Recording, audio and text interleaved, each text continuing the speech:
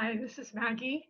I wanted to take a look at October, the ephemeris for October. So I will be sharing the screen and we'll take a look. 1 second.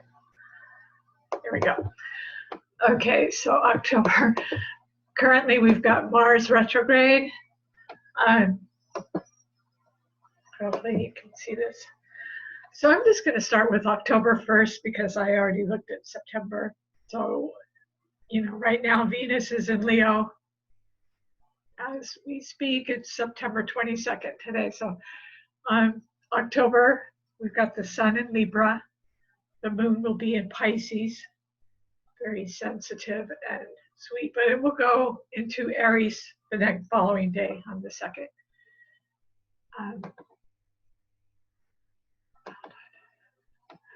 Okay, Mercury is in Scorpio, so the communication will have depth to it. Definitely depth will be maybe about joint finances you may hear or communicate or maybe join in some way partnerships through joint finances with someone. You may hear about inheritance or your communication may go very, very deep, very deep. It will not be superficial by any means. And Mercury begins October 1st. It's retrograde. I was skipping to Mars. Currently, Mars is retrograde in Aries. So, Aries is probably wondering where your energy is. And it's because Mars is retrograde. You're just kind of not as revved up as you usually are. Venus is in Leo, 27 degrees. So it's been in Leo for a while. So Leos shine anyway, and they're very creative and self-expressive. They have no problem having fun and love affairs, and it's about children. So all of the above, with Venus and Leo, if you want to do any of those things, you want to have fun. I mean, right now I'm on vacation, so yeah, I'm trying to have fun during COVID, though. It's hard, especially in a big city, and all the health concerns. Venus will go, so have fun while you can, because Venus will go into Virgo. I'm not saying Virgos aren't fun by any means. They can be a riot, but Venus will go into Virgo, so the focus will be less on creativity, self-expression, children, and fun and love affairs, but more about, get to work. Not get to work. You would probably want to work at either beautifying something or paying attention to details, maybe updating your website or in health as well. So all of those mundane daily affairs you will enjoy taking. You will enjoy. You'll almost be compelled to pay attention to detail. So you have that Venus working for you, and especially if you're Earth signs, Taurus and Capricorn, you've got that beautiful trine going on. Mars is retrograde in Aries, and it will be throughout about, well, I can skip to November. Throughout November, let me just look. All the way through the end of November. Actually, it's going to go into the new year. So that doesn't mean you can't do anything. It's just,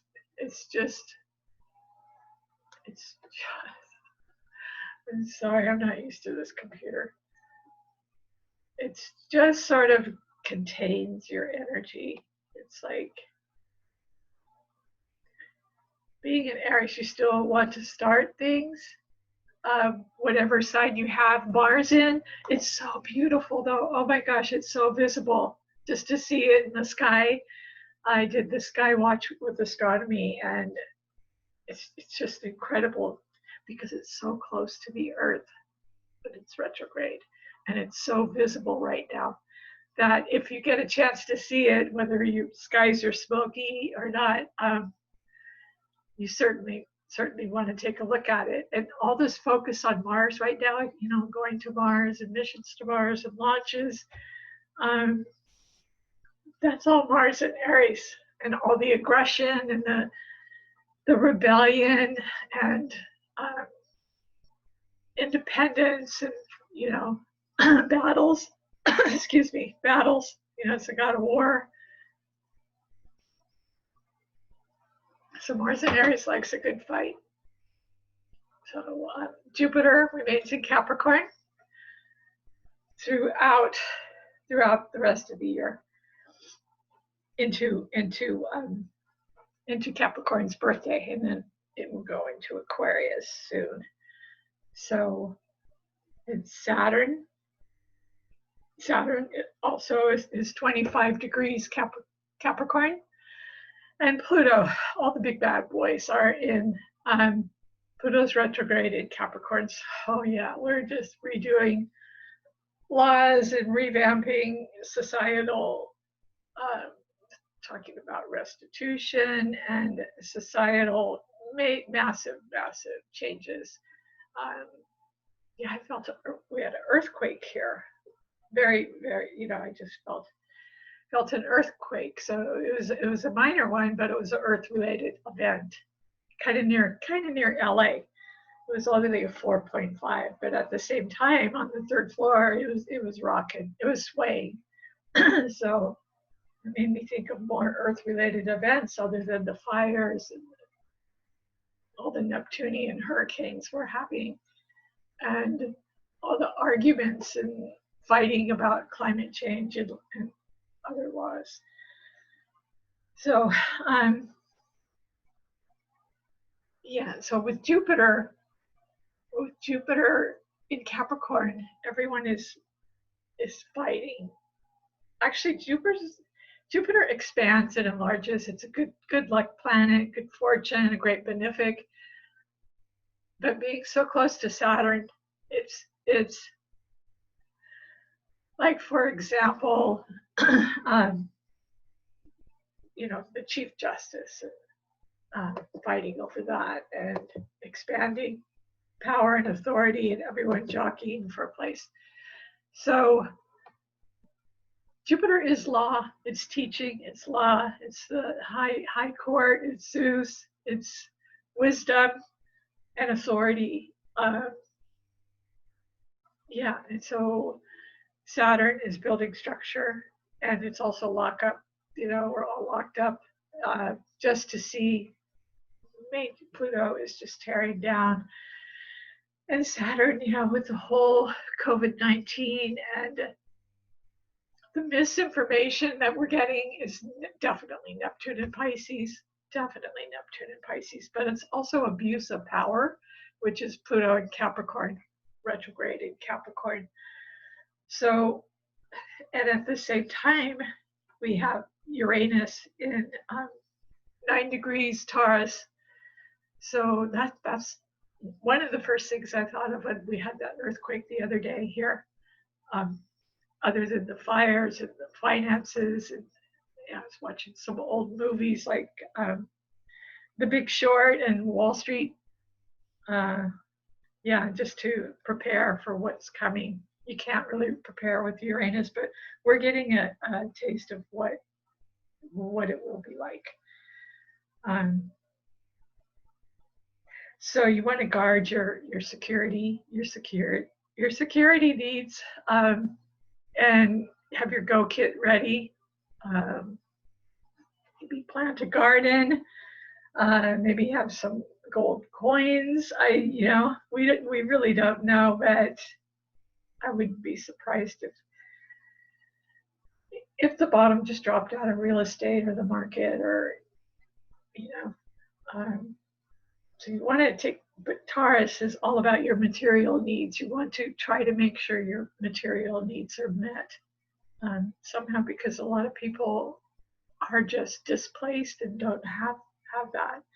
They're at Red Cross shelters, and if or they're not because of COVID. They're fear. You know, Saturn is fear. Saturn in Capricorn is full of fear, and it's isolating, and it's yeah, it's distancing. But Pluto is abuse of authority, definitely in Capricorn, and it's tumbling down laws and structures and society, and you know, there's so many things, I can't name them all, but racial injustice, police injustice, brutality, the elections, you know, being, yeah, just too many things to name. But the latest ugly thing coming up is, you know, Chief Justice Ginsburg already just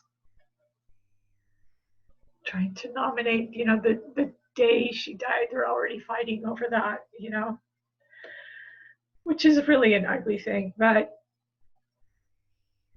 that's just the nature of the times. The North Node, the eclipses will be on the Gemini Sagittarius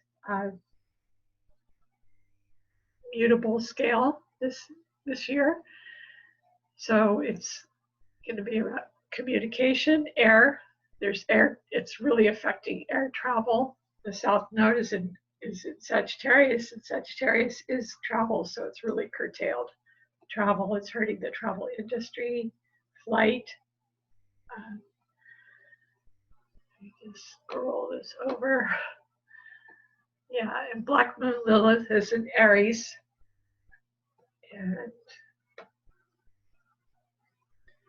yeah, so that's about it. Let me just see. Mercury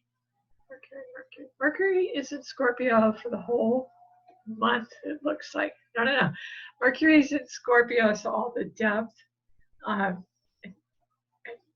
maybe partnering with joint assets, and then it will go into Libra on the 29th. So the latter end of the month, that's why I like to do bi-monthlies, because that's just when stuff happens. That's when stuff happens, you know? Yeah, so the sun just went into Libra, and we're having the autumn equinox right now, and the other inner planets will follow. So Mercury will go into, Mercury leaves Scorpio, goes into Libra. Oh, that can't be right. Oh, because it's retrograde. Mercury was retrograde in Scorpio, and then it's in Libra along with the sun. Yeah, that makes more sense. Along with the sun, of course, and Venus will remain in Virgo, and it, of course, will go into the inner planets follow the sun at the end of the month into the next sign, and so it will go into Libra on the 29th,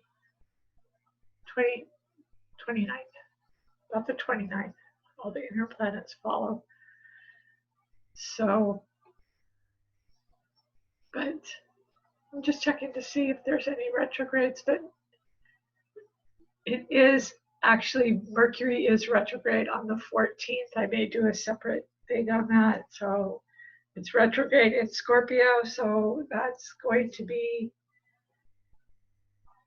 from the 14th through, and then it goes into Libra on the 28th. So when it's retrograde,